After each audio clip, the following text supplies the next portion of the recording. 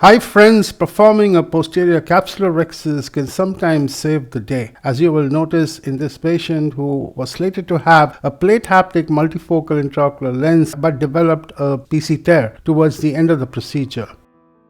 Let's take this case and follow it through from the start. The capsular rhexis size was as I intended, around 5 to 5.5 millimeters.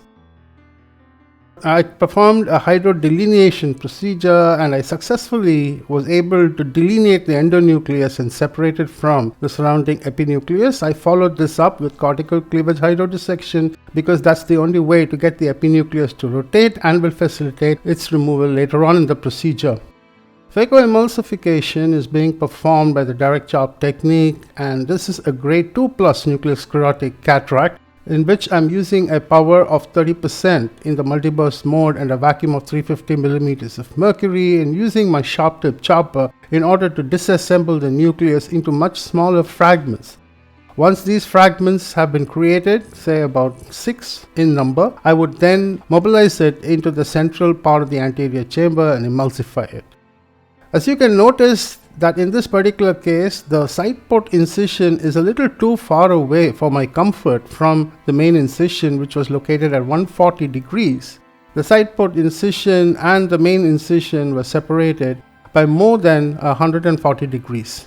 The ideal separation would be between 90 to 120 degrees, which will give you a good play of these two instruments to perform the phacoemulsification. In this particular case, the two instruments were not working in perfect harmony with each other. However, I decided to continue and complete the case rather than trying to position a new side port incision. And this was mostly because the grade of the cataract was just about 2+ nucleosclerotic, and I could be able to manage this without too much problems with the side port incision. The phaco power is given in the supracapsular space in short bursts, allowing the vacuum to hold on to the piece and the multiburst mode to do the rest. So the nucleus disassembly has successfully been completed. The cortical aspiration is being performed. While using the coaxial IA or the bimanual IA, the aspiration port should not be faced towards the posterior capsule, as this may cause it to get trapped and rip it. I am not turning the aspiration port towards the posterior capsule, but I still find that the thin posterior capsule gets entangled in the aspiration port and there is a capsular rip.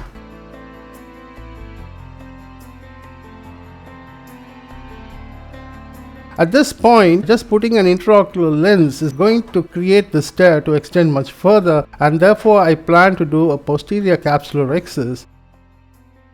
And the single most important part while performing the posterior capsular rhexis is that you don't hold on to the flap that you see there, because the flap is turned posteriorly into the vitreous or into the Burgess space, and if you try to hold the apex of the flap, you won't be able to hold it. Just hold on to the junction at which the tear occurred. Now at this point, it's easy to grasp onto the posterior capsule, which is extremely thin and elastic, and you should pull it inwards in order to complete the posterior capsular rhexis. The chamber is filled with good amount of viscoelastic, and you use a Utrada forceps.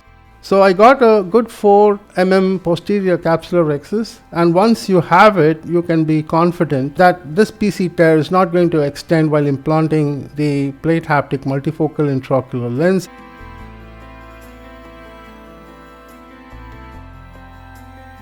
The plate haptic 80 laser multifocal lens is carefully injected so that the leading part of the plate haptic goes into the bag.